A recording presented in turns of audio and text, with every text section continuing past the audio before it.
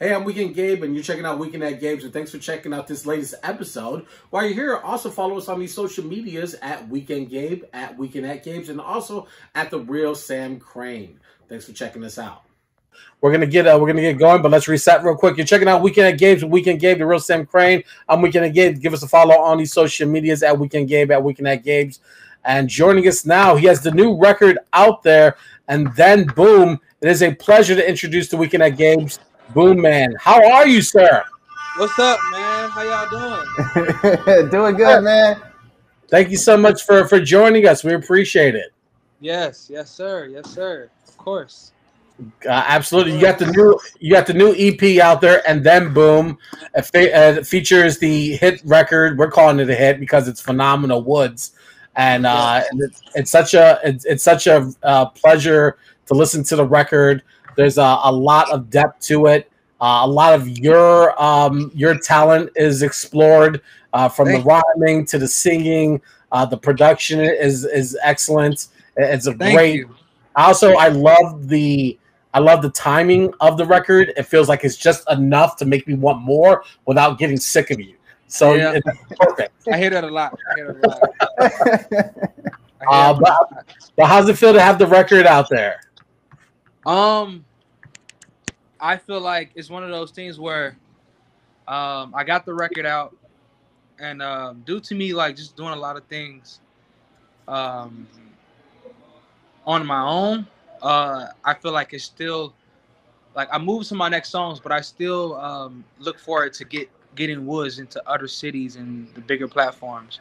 Yeah. But I would like to say like I have been getting a lot of good responses from Woods.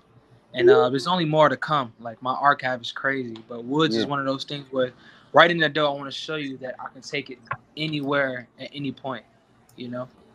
We were talking about this a little bit before you hopped on the show. And I ran into you live at the Heavy Crown set at Promontory a couple months back. And what struck me about listening to you live and then listening to the record was that there was no difference. Like, your voice is that good live and that good on the record. And what struck me about that was that the song was called Woods. And I was like, he cannot be smoking that many woods like he says in the song. Because his voice sound that angelic. As far as smoking, I'm more of a casual smoker. Like my friends, I leave that up to my friends. I smoke a lot, but it's not like, we know we got our smokers. It's like every second. No, I'm not one of those.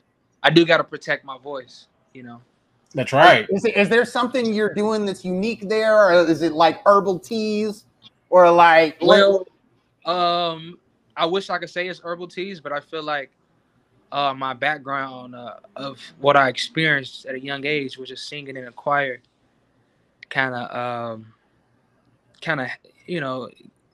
gave me the proper preparation, Right.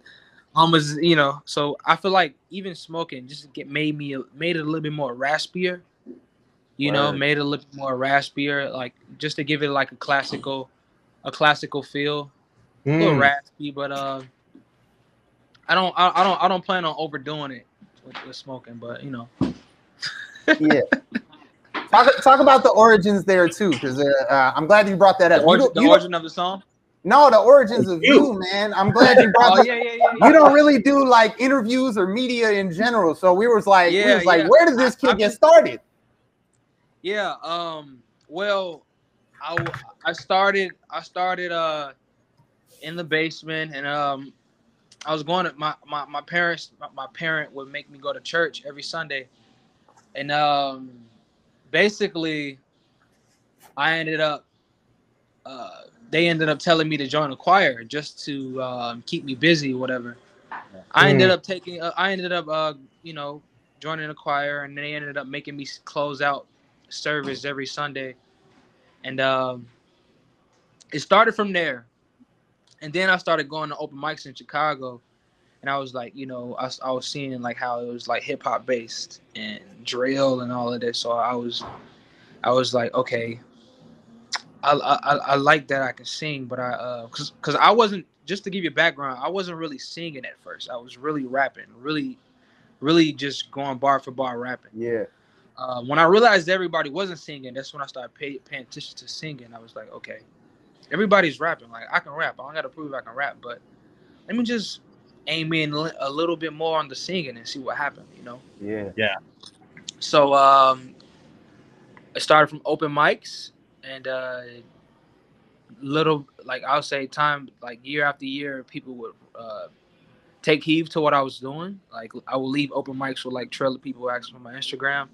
Like I used to do this thing where I performed in like the fact that I was an introvert and extrovert. I used to perform and like try to leave, and people would be like, "No, let me get your Instagram." And like, you know,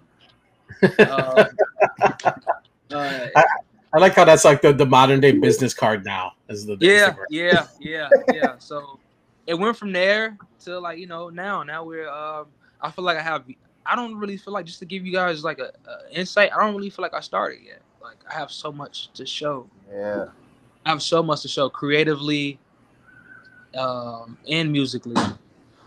Yeah, absolutely. Because I think I read that you've only been recording like 2-3 years, right? Like it's fairly new, right? Yeah, I've been recording since 13, but really putting out music 2 or 3 years. Wow. Right. You know, and not even professionally recording around that age, but just really trying to figure out what I have. And then from there, I went to, you know, recording professionally, but then I didn't like how they was using the same presets of my voice that they was doing other artists, so I started recording myself. So a lot of things that come out is me mastering and mixing, mastering. Yeah, that's completely unique. And I know you say you just getting started, but you were able to do your own headlining show that I wasn't able to get out to, but it looked incredible. Yeah. Talk about that event and what it was like to. How do you feel on stage, man? Because you look like you're having the most fun. I am. You said it right out the door. I'm having fun. I feel like that's just what's needed in this, especially during these times. You know, it's a business. You do have to be business savvy. You do have to, you know, just know how to carry yourself. You know, but at the same time, you can't forget to have fun, because that's when it starts to, like, you know, get a little gray. But performing is where I release everything. Like I forget about anything that's going on in my life, in the world, and I perform. And I feel like that stage is the only thing that matters, and the people that's out there that's coming to support me, the stage and those people is what matters at that point. And like, it's just like having fun with them, you know. Do you feel like you see the crowd? Because when I watch you, it almost looks like you in a trance. Like you're somebody that different. That particular stage, the lights were very bright, bro. The lights. As soon as I got out there, in promontory, I'm gonna talk promontory about this. As soon as you get on the stage, you don't see nothing. Like, you just see lights, which is pretty cool. They probably do it on purpose, or they probably just trying to light the stage up. But those lights are very, very, very, very bright. So I really didn't see anybody, but it would have made a difference. I would have still been in trance. Word. But it was just like, no, I didn't see anybody. Word. Yeah. Do you how do you, because, you know, Sam was mentioning how the record plays the same way that you perform, in the way that we hear it in the an audio format. Is that intentional to make sure that, like, you know, because I know a lot of people were like, no, like, oh, well, I don't want to like sound like the record. It's like, I want to give you something different. But it feels like what you're giving us in the booth is really like the experience you hope to project when you're on stage as well. From the words to the how I sung it, is that's the whole experience. Like, when I first started smoking woods, my cousins and put me on woods, and I was going back and forth from papers and like blunts or whatever, but like they were like, yo, woods, backwoods, and I was like, I'm like, I'll try it. Then I end up becoming a master at rolling them, and I was watching Why Do Fools Fall in Love a day before I recorded the song. It's this movie about Frankie Lyman, and I kind of got the cadence from that era. Hold on, I kind of got the cadence from that era, and I don't know. I guess when I sing it on stage, I guess from just doing the takes, I guess it's just still like muscle memory in my how I sing it. But sometimes I change it a little bit. Sometimes I change it a little bit. That day I feel like it was mostly just like just getting out there and just performing. But I change it a little bit every now and then. Like right now we're working on getting a band involved. Oh wow. Yeah, we're working on getting a band involved to kind of take it to the next level. You know, yeah, that's that's pretty. It sounds that way because the takes and me recording it so much and listening to it so much, so it kind of when I perform it came out that way. You know, this is pretty dope, man. I like your energy. Nah, man. Like he said, I don't do interviews as much. But how y'all how y'all coming with the good questions? Like that's really we pride ourselves on that, so we appreciate. Yeah, we like to do the research. So that's actually the best compliment you can give us. Like what I mean? Every artist should know about this. Every artist should know about this. Hey, I have open mics. I feel like. Hey, talk about the one this Sunday because you busting out an event this Sunday, right? Yeah, I'm having an event this Sunday. It's kind of taking place during Summer Smash, but I feel like a lot of people probably won't be having a ticket or something like that. But I didn't even know that Summer Smash was happening. But anyway, the open mic I'm having this Sunday, it's from artists all around the city. Before I had a stationary place, I was taking this open mic from Chinatown to Pilsen. So it's very diverse. It's very colorful. It's very intimate, and it's very it's always a good experience. Good energy. I make sure I walk around the room to show to let everybody feel comfortable, and everybody always get this perception. I mean, any artist you meet, the perception is somebody like, oh, don't want to approach, but I approach people, to be honest, at these open mics. Like I approach everybody, like like it's all love here, Yeah. Is that a technique for you? Like, sorry, go ahead, Gabe. No, is there room for an aspiring 40-year-old rapper? Just ask. Of course. Come up here and sign your name. We in Wicker Park with it. Come in Wicker Park. Sam's gonna do all my beats, so we're there. We'll see. I might leave you high and dry on that one, Gabe. I'm not trying to encourage you. Another one of my favorite records on this album was Crash Site. And it stood out to me because not only because you performed it live, but because it was like this mix of like almost Jeremiah and Baby Keem like coming together and making this record. I hear so many comparisons in that to the song. Like somebody say Michael Jackson. Like I was when I made the song, I knew right then and there I was like, okay, I gotta approach this in a way. I was in a warehouse in Pilsen. I was staying in a warehouse in Pilsen. It was my favorite place to stay. And I don't know if the initial track. This is like an Easter egg. The initial track was called Birdhouse. The initial name of the track was called Birdhouse. Is because the spot that I lived in felt like a birdhouse. But since I said Crash Site in the song, I was like, all right, just call it Crash Site. Because I'm not.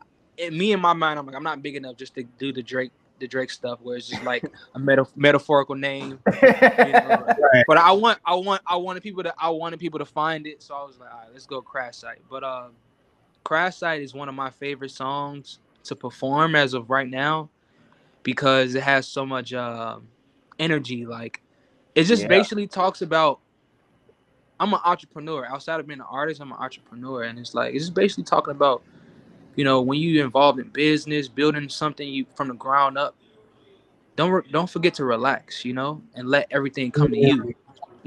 Like if you're putting quality in what you're doing, like you guys with this podcast, if it's full of quality, things just gonna start naturally coming.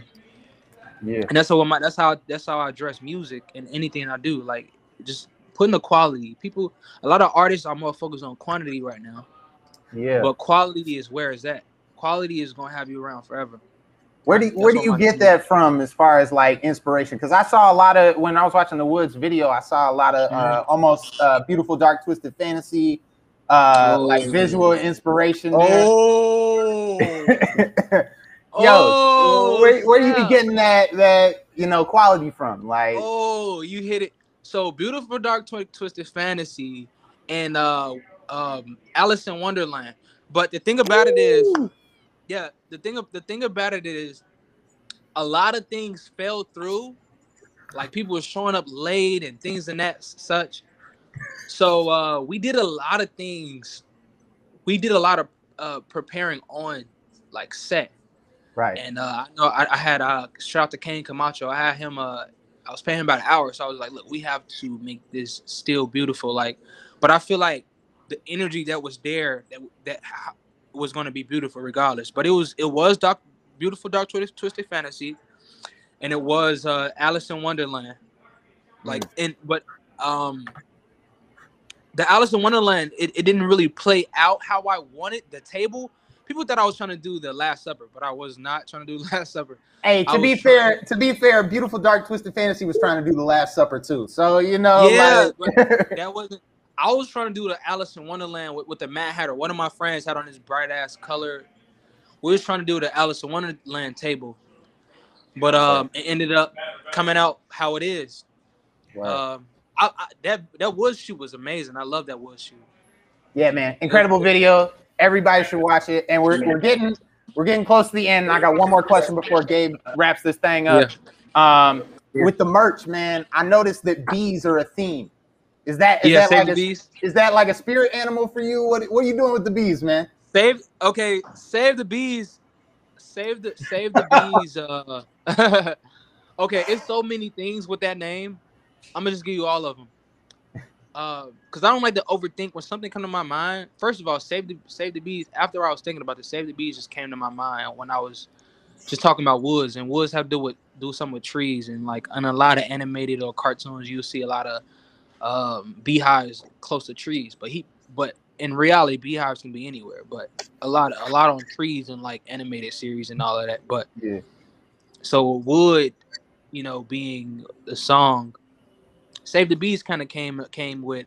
I feel like bees do keep us. Like I know you see the Bee movie. Don't act like you didn't see the Bee movie. You didn't talk about him too. Yeah. Barry was on or something. You know what I'm saying? So do you like jazz? So with that being said, I just feel like I'm and farther in my career, I really want to get into farming, so that it's kind of like a background thing. And I knew a lot of people would be like wondering what Save the Bees meant, and that's why I kind of did it. I like to do things that kind of play on like what I'm going through and what I feel like the world should think about. Mm-hmm. Like I'm really a nature boy at heart, so that's kind of where it came from. Even though I'm born in the city, I'm a nature boy at heart. So it's kind of. So catch him out in the forest, buy some trees, wherever you can find that man. Just to give you another Easter egg, a lot of my videos I'm aiming for the forest, so there's gonna be a lot of things taking place in the forest. Ooh. But before we get out of here, before I let you go, did you know that there are many Boomans out there in the world making music? Yes. So my question is this a clan? Do you guys have Boomans set up like on different continents? I feel like once my name get worldwide, I thought about that plenty of times because I knew before I even was an artist, I knew other Booman. I ran into other Boomans, but I feel like it's just one of those things where it's survival of the fittest of the name, and he said, "Bring it, yo! If your name is Booman out there, bring it because he's coming with that." Coming with that. God forbid you guys end up on the same marquee. That's gonna be confusing. It's one of those just like neighborhood insiders. Whereas like I feel like as a community, especially a Black community, people will be like, oh, like kind of get the glimpse where you can be more than what you feel like your neighborhood is presenting you to be. So I feel like I want to stand for that, with my name being from my neighborhood and like just showing different layers of of a man, you know what I'm saying? And just want to bring it, Hell yeah. And you most definitely are. The new record, And Then Boom, is out there on all digital streaming platforms. Yes. We didn't even go through really quick, 15 seconds. Why didn't you put it on Apple? Apple has a synthesizer that detects, even if you take a little piece of a sample, I knew they was on bullshit with you, bro. I knew they was on bullshit with you, bro. Yes. I knew they was on bullshit with you. I feel like it just means I have to up the notch on my visuals just to go on YouTube. Like, I feel like I'm gonna just even if I'm not just, even though we got a couple seconds left, even though I'm not one to cry about anything, I'm more one like, okay, we got to do something. We got to switch it up. I mean, I'm a good counterattack person. I'm very good at that. So it kind of made it excitement. I was watching this documentary real quick. I was watching this documentary with Steven Spielberg on HBO Max, and he was saying, he was just like, I love being like cornered, like, and be like, okay, what are you gonna do next? I love that. I love that. Yeah. That's why I'm excited to what's to come. I'm just getting started. I just got a new spot.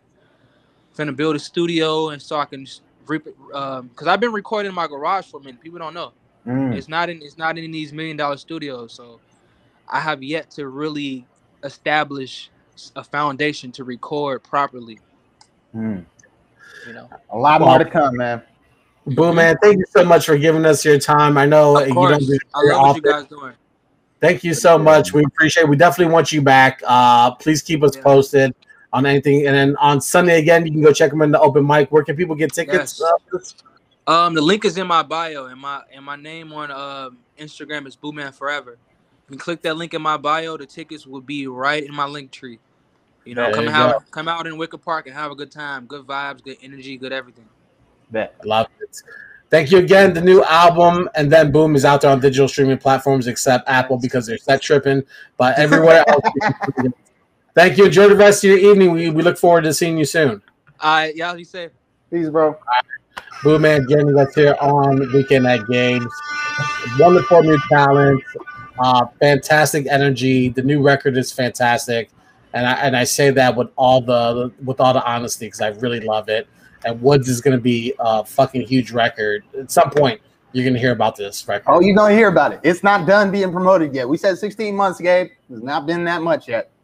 He's almost like closing in on a year, and it's still bubbling. So good for him. Oh, yeah, baby. Hey, I'm Weekend Gabe. Thanks for checking out this latest episode of Weekend at Gabe's. Click on any of the links swirling around my head, and also hit the subscribe button while you're here. Thanks for checking out us here on YouTube.